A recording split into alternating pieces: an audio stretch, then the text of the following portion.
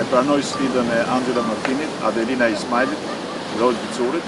Tashmë është globale dhe ka përfshirë edhe Shqipërinë. Kreu i Kuvendit Ilir Meta ka publikuar këtë të premte sfidën e tij të kovës me akull, e cila po realizohet kudo në botë për llogari të fushatës që mbledh fonde për diagnostifikimin e hershëm të sëmundjes ALS, e thënë ndryshe, skleroza ansore amiotrofike.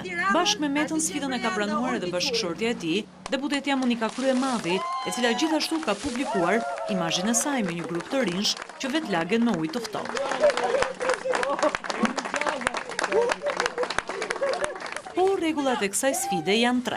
E para duhet të nominohesh nga dikush tjetër. E dyta, para se të realizosh sfidën, duhet të nominosh 3 persona të tjerë e më pas të dhurosh të paktën $10 për këtë çështje. Meta dhe Kryemadhi e kanë publikuar gjithashtu shifrën që kanë dhuruar, $100 njëri dhe $60 tjetri. Por kë ka nominuar Meta ndër të tjerë? Dua të sfidoj Sali Berishën, Mirza Alibekën dhe Foto Strakoshin. Ka 24 orë kohë.